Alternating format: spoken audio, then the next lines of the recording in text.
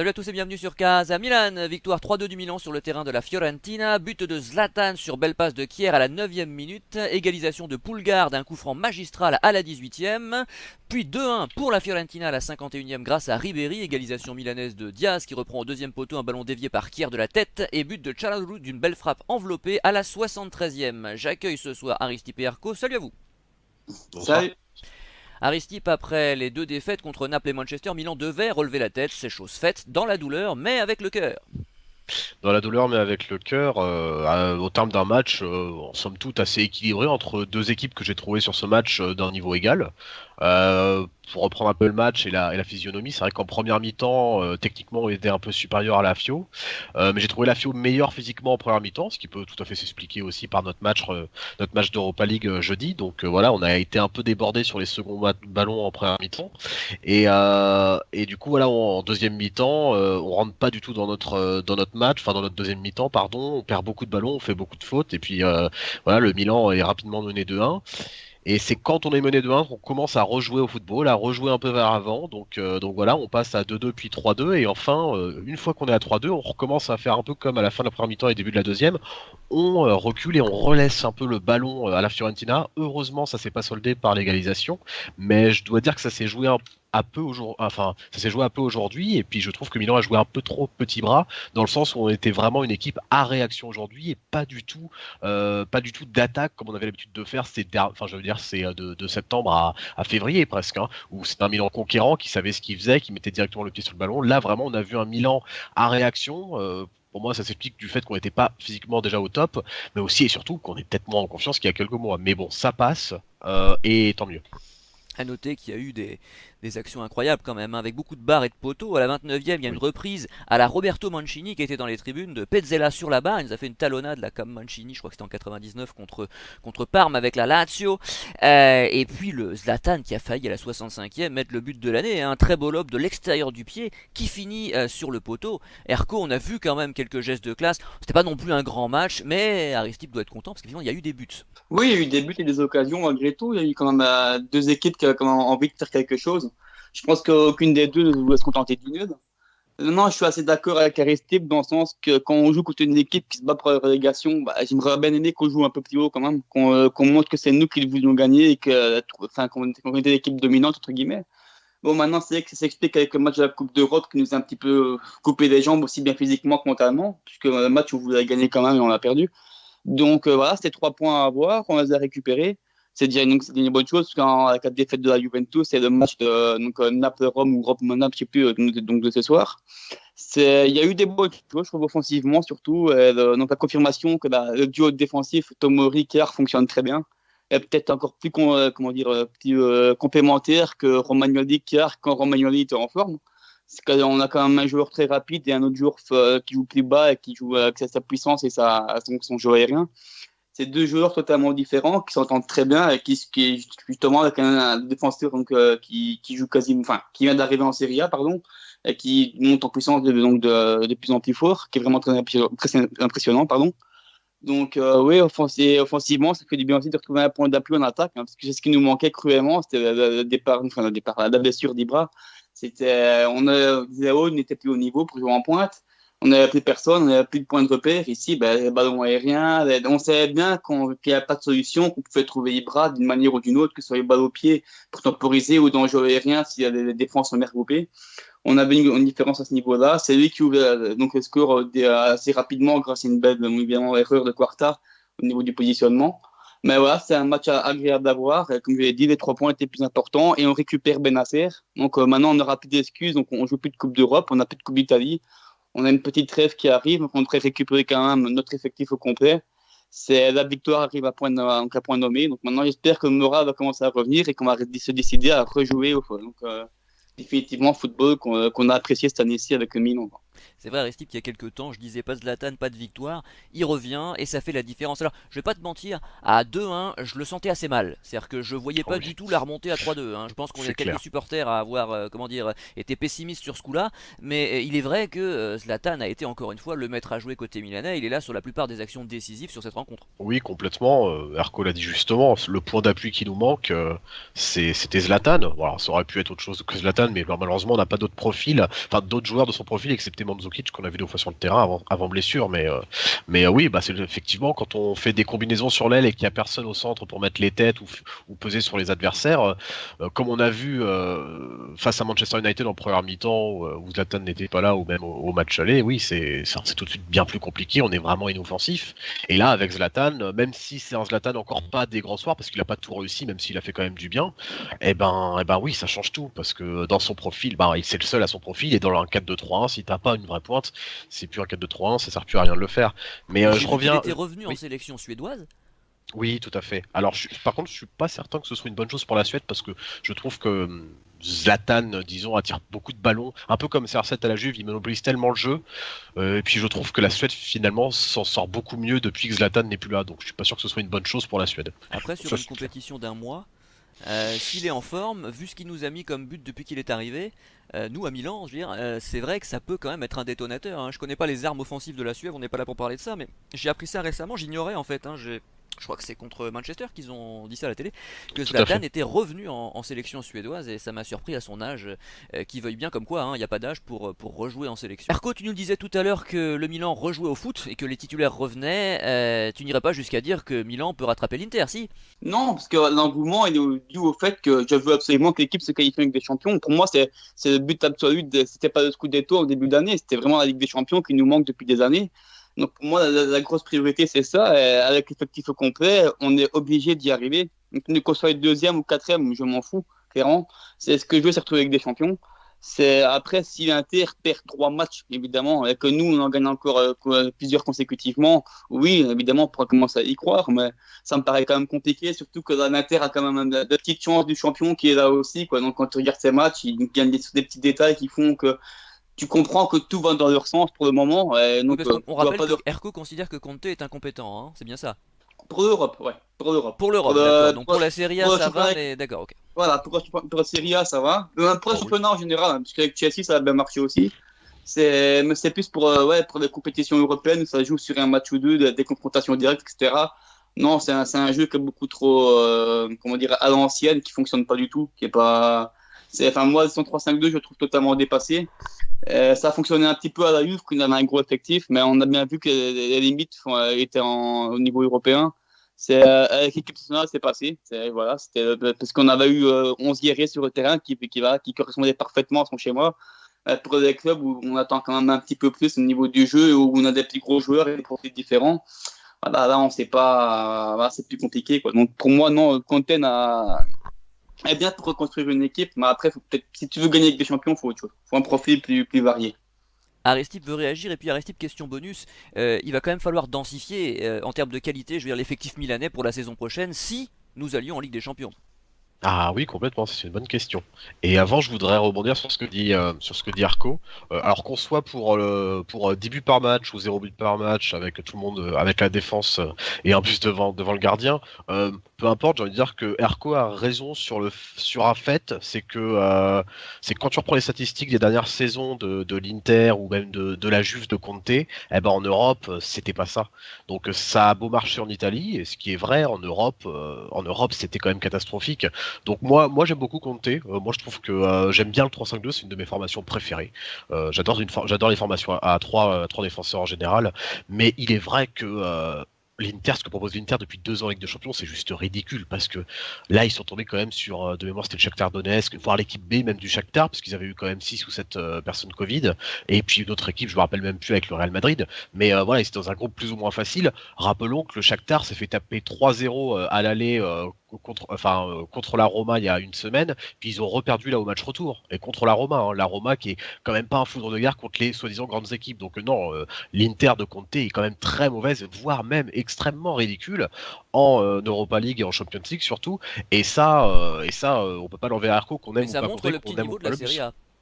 Oui, ça peut aussi montrer le petit niveau de la Serie A, et puis ça peut aussi montrer que en Serie A, c'est vrai qu'il n'y a pas beaucoup de finalement, il n'y a pas beaucoup d'intensité, pas beaucoup de courses, je trouve. Et là, ça suffit pas. On voit bien que ça n'a pas suffi avec l'Atalanta, avec la Lazio, etc. Et ça n'a pas suffi non plus pour l'Inter cette année. Ah Et oui, du les coup, équipes des Italiennes sont ouais. éliminées, il reste que la Roma, comme tu viens de le dire. Ouais, complètement. Il y a pas beaucoup d'Italiens déjà, la Roma. Mais et pour répondre du coup à ta seconde question, bah, ce qui est bien cette année, c'est que l'effectif, pas pour se qualifier, disons, en Ligue des Champions l'année prochaine et pour aussi y participer, et je dirais même y faire bonne figure, je trouve que, enfin, encore c'était un chantier complet les années précédentes. Moi, je trouve que cette année, c'est très clair. Nos faiblesses sont très claires. Nos faiblesses, c'est un attaquant de pointe, parce que Ibra n'est pas éternel, parce que Ibra joue un match sur deux, voire sur trois cette saison du fait de son âge, etc. Donc c'est un attaquant de pointe à la Belotti, etc. Tout ce qu'on veut. Même un Vlahovic pourrait très bien faire l'affaire vu ce qu'on a vu ce soir, mais bon. Autant un côté italien, autant un côté Belotti que j'adore. Et puis bon, ce côté droit aussi qui finalement fait grise mine, dans le sens où ni Selmakers, ni Castillero ne sont censés être titulaires dans une équipe top 4 de Serie A sur l'aile droite. Bah oui, mais on a refusé Chiesa. Forcément, quand tu refuses Chiesa, ensuite, bah, tu te retrouves avec Castillero et Salmé. Non, mais c'est vrai, on a fait la fine bouche quand même sur Chiesa qui a fait l'amour à Porto il y a quelques jours, hein, et qui nous a fait l'amour également il y a un peu plus longtemps.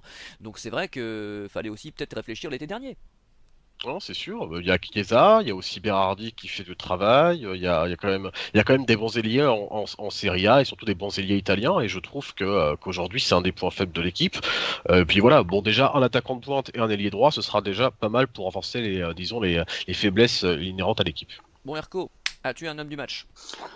Un homme du match, Kiar, hein, pour moi quand même, ce qui a tenu la baraque en défense, hein, donc comme d'habitude. Il était très solide derrière, jeu aérien, et donc l'anticipation a toujours été présent. Et deux assists, hein, donc pour un défenseur central, c'est quand même pas commun. Donc voilà, tu rappelles mettre deux joueurs, hein, notamment Ibrahimovic, qui a un côté très important ce soir. Mais voilà, j'ai vraiment apprécié le match de Kiar, parce que je suis content, parce qu'on avait un petit peu perdu ces dernières semaines. Je trouve qu'il avait un petit peu baissé depuis son retour de blessure. Et là, ça fait un ou deux mois qu'il revient vraiment à un gros niveau de Kiar, qui nous a fait plaisir, qu'on connaît si bien.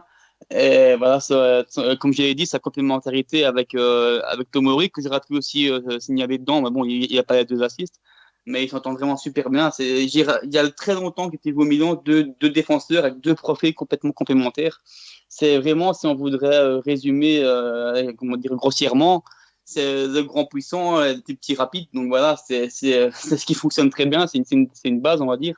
Et voilà, ça rend compliqué le jeu pour les autres. On sait bien que si on a un attaquant rapide, ben, ça va être Tomori qui va être dessus. De puissance, ça va être pour Kiar. Et donc, c'est juste dommage que le côté droit était fragile. Mais voilà, sinon, voilà, Kiar a été très impressionnant ce soir, aussi bien offensivement qu'en défense. Aristide. Bah, je vais répéter ce qu'a dit Arco. Hein. Gjer était très bon, deux passes décisives, même si la deuxième, bon, il a fait un peu du dos, je sais pas s'il a fait du dos ou de l'épaule, mais bon, ça reste toujours deux passes décisives. Et puis très serein ce soir. Non, non, très bien Gjer, homme du match. Bon, donne-nous directement ta bonne surprise, tant qu'à faire. La bonne surprise, bah, je vais mettre Tonali. Je vais mettre Tonali, pourquoi? Parce que j'ai trouvé sa première mi-temps bonne, voire même très bonne. Alors après, il a baissé, j'ai envie de dire comme toute l'équipe, entre la 45e et la 60e minute, je crois qu'il sera à 59 ou 60e pour Benasser. Il a baissé, mais toute l'équipe ne jouait plus au foot, on faisait que reculer. Mais moi, j'ai trouvé intéressant Tonali. Alors je dis pas que c'est un excellent match, hein, mais voilà, j'aurais pu mettre aussi Tomori, mais est-ce que ça devient vraiment une surprise? Parce que c'est vrai qu'il enchaîne quand même les bonnes prestations. Mais voilà, non, Tonelli, je l'ai quand même critiqué quelques fois cette année, donc faut bien lui rendre honneur. Je trouve qu'il a fait une Non, bonne si peu, si partie. peu. Oui, mais à juste titre pour ma part. Ah, mais Mais, évidemment, tu défends ton point de vue, t'as bien raison. mais non, Tonali, franchement, ce soir, je trouvais qu'il prenait plus de risques et j'aime beaucoup son abattage, ne serait-ce que physique. Je trouve qu'il est un peu au four et au moulin. Alors, ça matche pas toujours super bien avec Kessié, mais tu vois, j'ai trouvé la première mi-temps de Tonali très bonne, alors que Kessié, j'ai trouvé très en peine en première mi-temps. Et au contraire, voilà, Kessié un peu pris le relais en seconde mi-temps quand Tonali est sorti, mais voilà, faut rendre hommage à l'Italien ce soir. Tonali, c'est vrai que depuis quelques temps, je le trouve assez sobre et je trouve qu'il Oui, manque un peu de fantaisie eu égard à ce qu'il est capable de faire. Mais bon, à la limite, encore une fois, c'est sa première saison. On va pas, moi, je lui tire pas dessus à boulet rouge. J'ai toujours dit, effectivement, il y a des matchs plutôt bons, d'autres un peu moyens. Des très mauvais matchs, il y en a très peu, on va pas se il y en a mentir. peu, c'est Il est vrai. rarement passé à côté. Des excellents matchs, il y en a pas beaucoup non plus. J'ai en mémoire un ou deux, comme ça en Europa League et un ou deux en championnat également. Mais souvent, il est bon, il fait le job. Et après tout, à 20 ans, c'est tout ce qu'on demande à un joueur qui découvre une équipe étrangère, hein, d'après moi, bien évidemment, parce qu'il y a si peu d'Italiens titulaires. Je rappelle qu'il n'y en avait qu'un contre Manchester jeudi, et qui s'en sort pas si mal, et il faudra le juger dans les 2 ans qui viennent. Erko. J'aurais pu dire Çalhanoğlu qui a quand même fait un bon match dans la continuité de Manchester, mais non, je vais mettre Diaz parce que voilà, j'ai bien aimé son match à gauche. On n'en parlait pas souvent, mais c'est aussi une bonne alternative pour le côté gauche, hein, pas que pour jouer dans l'axe. Il a le profil pour, je trouve que techniquement, il s'est un petit peu amélioré, ça a affiné. Il est beaucoup moins brouillon qu'avant, il a simplifié son jeu. Il perd quand même assez peu de ballons, et même s'il manque un petit peu de clairvoyance dans ses dernières passes. Mais sur le côté, c'est bien d'avoir justement non seulement un pied inversé, donc pas un centreur, pas un mec qui a débordé, mais un mec qui a plutôt justement créé et qui pourra peut-être même ouvrir pour Hernandez. Et puis c'est bien, c'est il intervertit beaucoup avec Çalhanoğlu, qui lui aussi peut jouer à gauche, et lui aussi qui a un profil différent, qui est moins percutant, et qui est peut-être un petit peu moins fin techniquement. Et voilà, ça peut un petit peu aussi déstabiliser les défenses, de ne pas savoir qui exactement donc à ce poste-là. Et ça fait longtemps qu'on n'a pas ce profil-là, parce que mon Rebic et Léo, qui sont deux, on va dire, joueurs cutants, rapides et assez physiques. Ici, on a un joueur qui est beaucoup plus fin, qui peut créer du jeu, qui a un petit peu un côté numéro 10 excentré, qui a eu beaucoup de mal en début de saison, qui ici revient vraiment bien. Je trouve qu'il a beaucoup travaillé. Et plus on avance dans la saison, plus je trouve que c'est un des joueurs qui est plus constant dans les matchs. C'est un joueur que du début à la fin, tu le vois tout le temps, même s'il rate certains trucs, mais il ne se cache pas. Et il fait rarement des mauvais choix même des déchets. Donc voilà, pourquoi pas commencer à penser à essayer d'abord pour l'année prochaine. Mais en tout cas, c'est un profil qui me plaît beaucoup. Surtout quand on voit la forme de Rebic et de DAO pour la fin de saison, ce serait peut-être pas mal de miser sur lui. Voire peut-être commencer aussi à tenter un petit peu Maldini, mais bon, c'est encore un autre débat, quoi. Ah, ça ce serait formidable, mais faut pas trop rêver malheureusement. Puis il est blessé en ce moment. J'espère qu'on le reverra quand même d'ici la fin de saison. Aristip, quelle est ta déception? Bah écoutez, je suis plutôt là clairement en désaccord avec Arco, Ah bah c'est bien, ça met un peu d'animation. Vas-y. dans le sens où moi j'ai trouvé que Brahim Diaz comme Hakan Çalhanoğlu, je pense que leurs buts respectifs, à la 57e pour Diaz et à la 72e pour Hakan, sauvent clairement leur match. Parce que moi j'ai clairement vu que ce soit l'Espagnol ou le Turc en difficulté aujourd'hui. Moi j'ai du mal vraiment avec ces deux joueurs lorsqu'ils sont alignés ensemble sur le terrain, pour la simple et bonne raison, enfin ce que souligne aussi Arco, hein, c'est que Diaz pour moi est pas un ailier, n'a rien à faire sur l'aile, et ça se voit parce que le nombre de fois où il combine avec Hakan Çalhanoğlu sur un périmètre de 1 mètre avec des passes courtes et des redoublements de passes sur 1 ou 2 mètres qui freinent le jeu, qui n'avancent sans rien le truc. Moi ça m'a énervé plusieurs fois cette année et ça m'a encore énervé ce soir. Parfois ils sont tous les deux un peu sur l'aile gauche, il y a un boulevard devant, ils ont plus qu'à accélérer et en fait non, ils se font des redoublements de passes inutiles qui a laissé le temps aujourd'hui à la Fiorentina de se replacer. C'est arrivé plusieurs fois, je trouve aussi qu'ils n'ont pas été dedans, notamment à Cannes en première mi-temps qui a fait un peu n'importe quoi. Je l'ai trouvé en retard sur tous les fameux seconds ballons, vous savez, dont je parlais tout à l'heure. Il était en retard à chaque fois, Diaz faisait aussi pas mal de fautes, des contrôles trop longs. Moi honnêtement je trouve que leurs buts respectifs sauvent clairement leur match, parce que je les aurais mis, sans leur but j'aurais pu les mettre clairement dans le flop, mais pour moi ils sont juste à côté du flop, parce que pour moi le seul vrai flop aujourd'hui que j'ai trouvé, enfin le joueur que j'ai trouvé exécrable, et notamment en première mi-temps qui m'a fait regretter l'un de nos meilleurs Italiens cette année, c'est Dalot. Dalot, je l'ai trouvé en première mi-temps, mais tellement aux fraises. C'est lui d'ailleurs qui subit une faute, enfin qui fait une faute bête à la 16e minute qui amène le but superbe de Poulgare, le coup franc.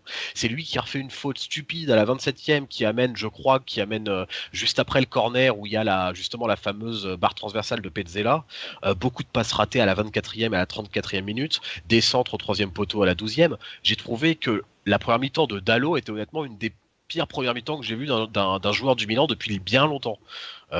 Honnêtement, avec Calabria, on revient à 1-0 à cette mi-temps.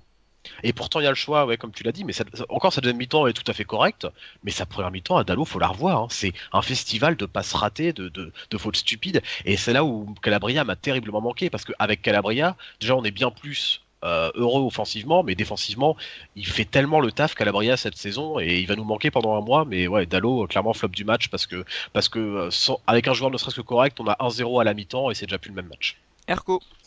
Bah, j'aurais pu citer aussi notre de Chiquilio portugais, mais je pense qu'on peut aussi citer Donnarumma, hein, parce que je pense qu'il a été pas catastrophique, mais il a quand même été relativement mauvais aujourd'hui, pas du tout serein, parce que notamment dans le jeu aérien, donc toutes ces sorties ont été assez approximatives. Pour moi, son coup franc, c'est un peu mieux faire, hein, parce que je ne sais pas s'il est vraiment fautif, mais on voit clairement que sa main est molle, parce qu'il était vraiment bien dessus. Mais Erco, tu remarqueras que ce fut déjà le cas lors du premier renouvellement de contrat. C'est-à-dire qu'à chaque fois qu'il y a des buts qui concernent son renouvellement, ça se fait ressentir sur les prestations. Et ça, c'est à signaler, parce qu'à un moment donné, il va peut-être falloir qu'il se calme dans sa tête pour être bon sur le terrain.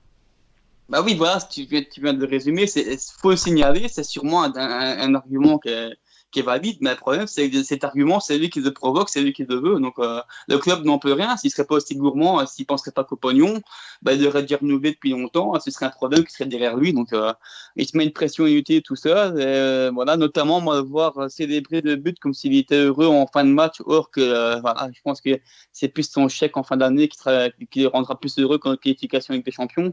Ça me rend malade. Moi, c'est les joueurs comme ça, les soi-disant Bandiera qui se veulent amoureuses du club, qui se comporte comme ça me dégoûte.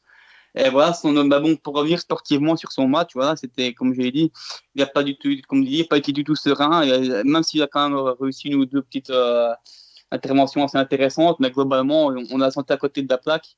C'est comme tu as dit, c'est comme lors du premier renouvellement, tu vois bien qu'il était pas du tout concentré, il n'était pas dans son élément, il n'était pas à l'aise.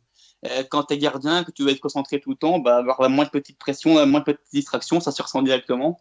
Ben voilà, t'as voulu jouer, tu joues. Maintenant, ça nous coûte cher, quoi. Donc, avec un petit peu moins de chance, le match, on faisait un nul, on perdait, quoi. Donc, voilà.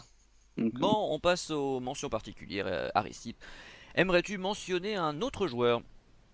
Oui, je voulais mentionner justement Donnarumma, que j'ai trouvé aussi très peu rassurant, hein, à la star de ce que dit Arco aujourd'hui.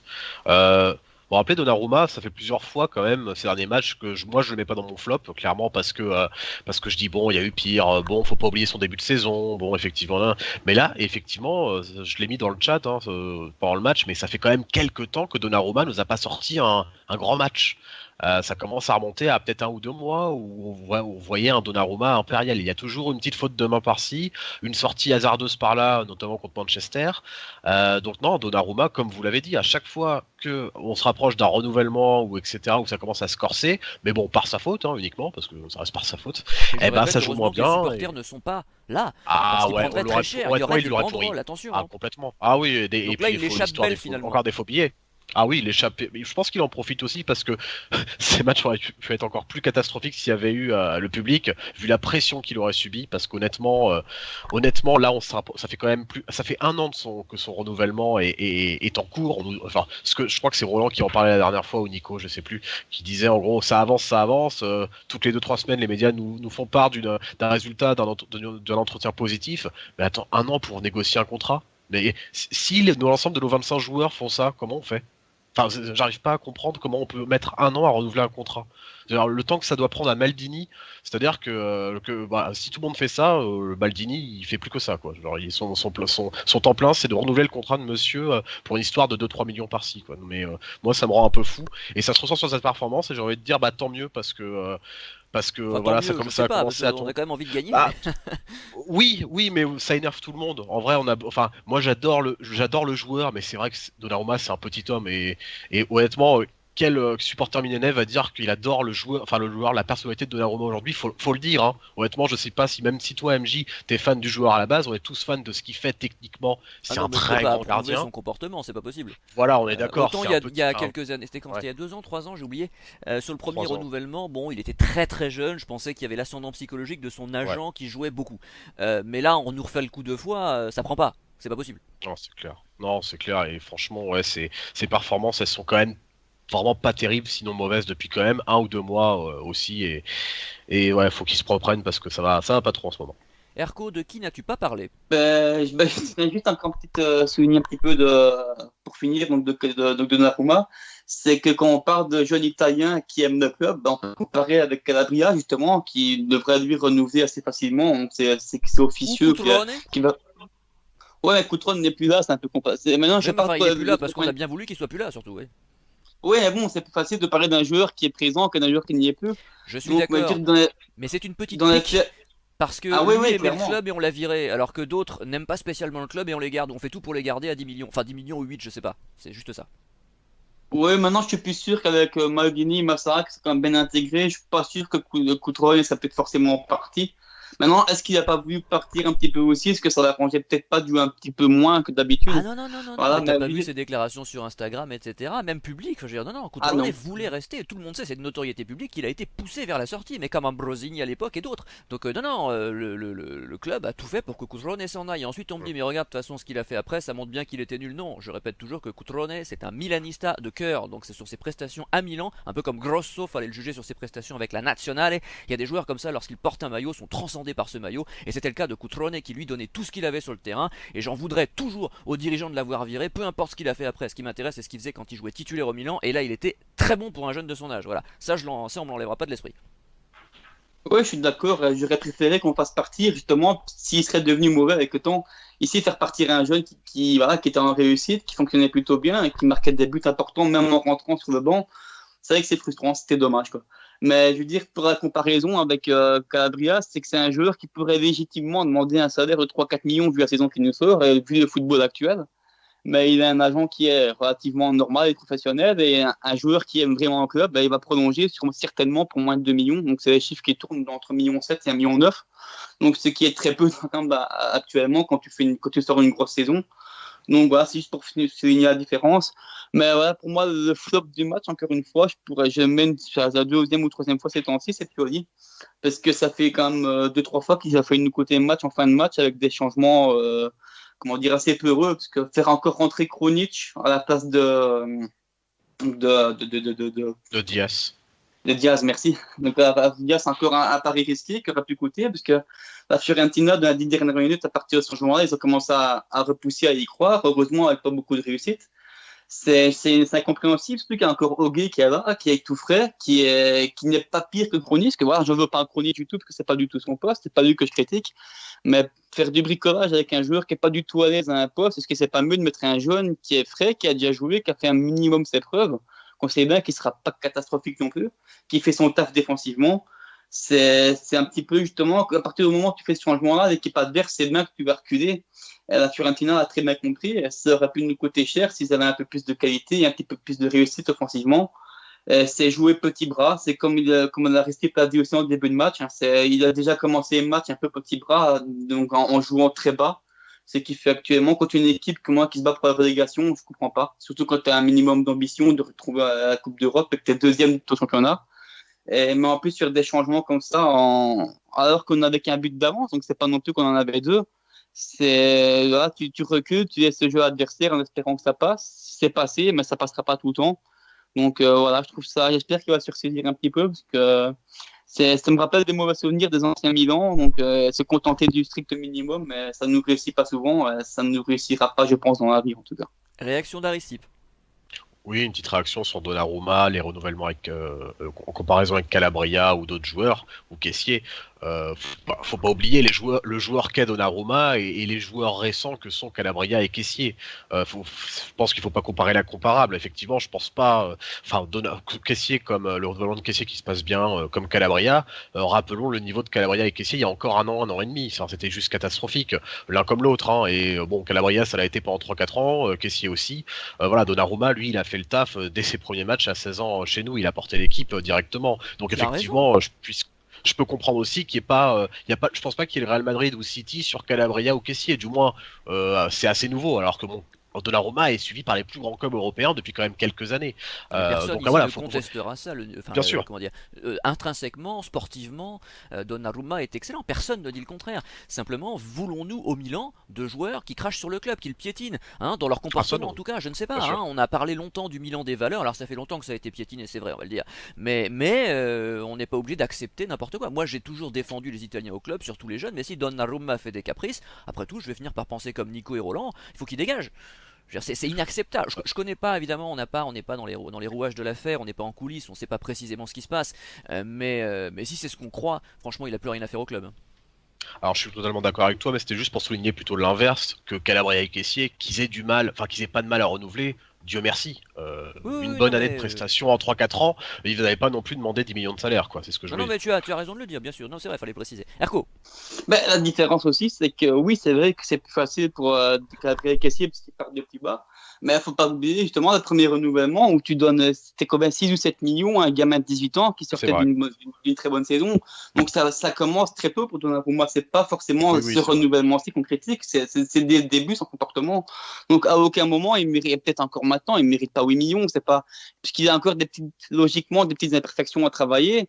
Et il y a des salaires, là, il y a des grands gardiens, je ne connais pas les salaires des autres gardiens, mais tu vas chercher des même Courtois, je ne suis même pas sûr qu'il va chercher 8-10 millions au Real.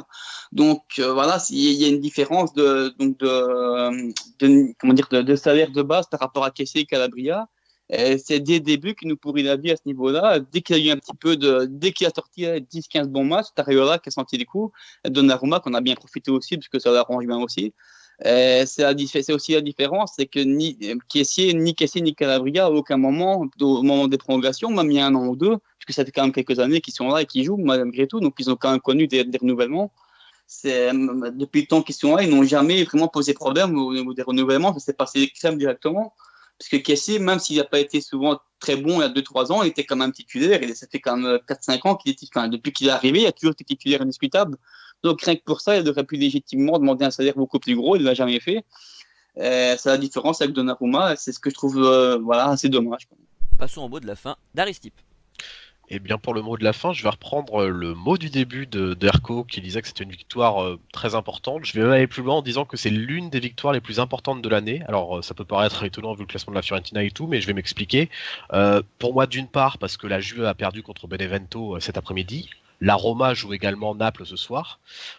Second point, on est quand même éliminé de la Ligue des Champions, enfin de la Ligue des Champions, pardon, c'est un lapsus, de l'Europa League, ce qui fait qu'on va pouvoir enfin, j'ai envie de dire, se reposer le mercredi ou le jeudi. Le prochain match, c'est début avril. On va quand même récupérer pas mal de blessés. Je pense notamment à Leao, je pense que notamment à un Benacer qui est déjà revenu, mais qui va être un peu plus en forme physiquement. Je pense aussi à Romagnoli. Donc voilà, on va récupérer pas mal de joueurs, on va pouvoir souffler un peu. Et je pense que ouais, c'est pour ça que pour moi c'est l'une des victoires les plus importantes de la saison. Et je vais avoir un petit deuxième mot de la fin, c'est sur Tomori et Romagnoli. Honnêtement, moi je m'interroge énormément sur si on lève l'option d'achat qui est à 28 millions, je crois, de mémoire, hein, de Tomori à Chelsea, je me demande vraiment et je m'inquiète presque pour Romagnoli parce que vu la phase un peu négative dans laquelle il est embarqué, j'ai du mal à voir Il Capitano revenir à une place de titulaire indiscutable dans ce club, notamment compte tenu des performances de Tomori qui sont quand même assez impressionnantes pour une arrivée dans le club. Donc voilà, quand Kjaer, Tomori et Romagnoli seront tous les trois en forme, honnêtement, il n'est pas dit que l'Italien prenne le dessus malgré son statut de capitaine. Et je m'interroge, voire je m'inquiète vraiment pour le futur pour lui. Ah bah cette saison, c'est sûr. Hein, il est évident, on n'a pas vu Romagnoli très bon depuis longtemps d'ailleurs. Hein. Ça fait une saison et demie qu'il est pas bon. Ouais, Ça fait quelques mois qu'il est pas bon. L'année dernière, c'était déjà pas extraordinaire. Hein. C'était très loin de ses meilleures c'est saisons, vrai. qui avaient certes été nombreuses entre son arrivée et on va dire il y a un an et demi, 2 ans. Donc il est évident qu'il va devoir se remettre en question. Maintenant, évidemment, tout cela mènera à l'aboutissement souhaité par tous les mondialistes, à savoir zéro Italien titulaire, parce que bien évidemment, si Donnarumma s'en va, si Romagnoli est poussé vers la sortie, Calabria n'est pas sûr d'être titulaire, Tonali on ne sait pas. Il est évident que cette équipe sera 100% étrangère. Bon, bah, ça fera plaisir à beaucoup de gens. En parlant d'Italiens talentueux d'ailleurs, petite remarque, petit plaisir, j'ai envie de dire, on a appris que Zaniolo avait repris l'entraînement. Hein, donc dans Cool. les semaines qui viennent, la Serie A risque d'être plus belle et plus intéressante à regarder. Erco. Ah oui. Ouais, et pour rebondir un petit peu sur le cas Romagnoli, c'est quand même un cas qui est quand même très délicat, parce que déjà, ça va être compliqué, si on se qualifie en tout cas avec des champions, de ne pas racheter Tomori s'il continue ses prestations, parce que voilà, c'est quand même, pour l'instant, c'est un petit peu un des leaders donc, à l'arrière. Il est clairement au-dessus de Romagnoli pour le moment. Et le problème, c'est que Romagnoli, l'année prochaine, il arrive en fin de contrat. Et il a un certain agent qui s'appelle Raiola, ce qui va encore compliquer encore la négociation. C'est un été qui va quand même être très délicat à ce niveau-là. Est-ce qu'on garde, est-ce qu'on prolonge ou est-ce qu'on le revend pour éviter de perdre à zéro l'année prochaine? C'est notre capitaine, voilà, ça peut aussi jouer dans la tête aussi des joueurs. Voilà, c'est dommage que s'il y a d'autres joueurs, moi j'espère vraiment qu'il va se relancer. Mais il faut quand même reconnaître que sauf Bah, blessure s'il se cette relance, il n'y aura pas de année-ci, débat, parce que Romagnoli au top est ouais, intouchable. Mais c'est vrai que le le problème c'est que Romagnoli actuel, évidemment, n'a plus sa place comme titulaire dans cette équipe, on va pas se mentir. bah oui, surtout qu'on n'a plus d'autres, on n'a plus que le championnat à jouer, donc il n'aura pas vraiment l'occasion de se montrer s'il n'y a pas de blessure, parce qu'un défenseur central, c'est pas un attaquant. Un attaquant, sur un quart d'heure en fin de match, il peut se montrer et marquer. Un défenseur central, généralement, tu fais rentrer à 5 minutes de la fin, bah, tu vois pas vraiment une différence, donc sauf négativement s'il fait une erreur. Donc, voilà, pour un défenseur central, c'est très délicat. Et, voilà, honnêtement, je vois pas remonter sur le terrain, sauf blessure de Kiar ou de Tomori cette année-ci. Et voilà, il faudra quand même voilà, y réfléchir cet été, en tout cas en parler, ou peut-être se faire tourner sur un petit match, mais ça va être compliqué. Honnêtement, ça va être très compliqué pour eux cette fin d'année. Et voilà, c'est juste aussi pour rebondir aussi pour un national. Donc, tu parlais donc de Zaniolo qui revient à l'entraînement. Bah, on peut aussi parler aussi de Skamaka qui est en train de tout cartonner avec Gem, hein, qui a encore mis un doublé. Donc ici, c'est donc ce week-end, qui est vraiment en train de montrer des grosses choses techniquement, parce que c'est un profil, c'est pas du tout un profil à la Ibra, mais c'est un grand attaquant puissant qui est assez doué techniquement. Dont on C'est a ouais, il sera parlé pas. l'hiver dernier avant de recruter Oui, Mandzukic, hein. ouais. Ouais, et quand on en parlait, justement, à ce moment-là, il jouait pas des masses non plus, parce il était encore, enfin, il était déjà à Gênes, mais il jouait pas beaucoup. C'est vraiment depuis ici, depuis ça fait peut-être 2, 3 mois, qu'il commence à jouer régulièrement, qu'il commence vraiment à montrer d'excellentes choses. Et je trouve que c'est un profil, peut-être, qu'on pourra penser aussi, si Ibrahimovic reste, en tout cas, comme Luis Ibra, parce que voilà, c'est un profil qui pourrait, justement, assez, on va dire, similaire dans la façon de, comment dire, de jouer pour lui, en tout cas, même si voilà, c'est deux joueurs différents, mais de la façon dont on pourrait jouer donc, dans un jeu aérien ou dans la profondeur, voilà, c'est quand même deux joueurs qui pourraient plus ou moins faire la même chose. Et c'est peut-être aussi un joueur qui pourrait apprendre beaucoup avec Ibra, mais c'est aussi à l'instar d'un Vlahovic, à part que Vlahovic n'est pas italien, je préférais quand même miser un petit Ouais. peu sur un joueur italien aussi pour redorer un petit peu notre de blason de l'équipe nationale aussi. Mais voilà, c'est un coup à jouer. Je pense pas qu'il coûtera 30 millions, en tout cas avec sa défense à Sassuolo. Mais voilà, ce sera peut-être un joueur à se pencher sur cet été. Mais je suis en tout cas très content qu'il démontre enfin ses qualités qu'il avait déjà démontrées avant. En tout cas. Bien, Milan jouera donc contre la Samp le samedi 3 avril à 12h30, nous serons là, hein, et d'ici là l'Italie rencontre l'Irlande jeudi soir et la Bulgarie dimanche. Alors si les matchs sont intéressants, ce qui est rarement le cas avec la nationale en amical, nous ferons peut-être une émission, hein. D'ici là, bonne semaine, à très vite, salut! Ciao. Salut!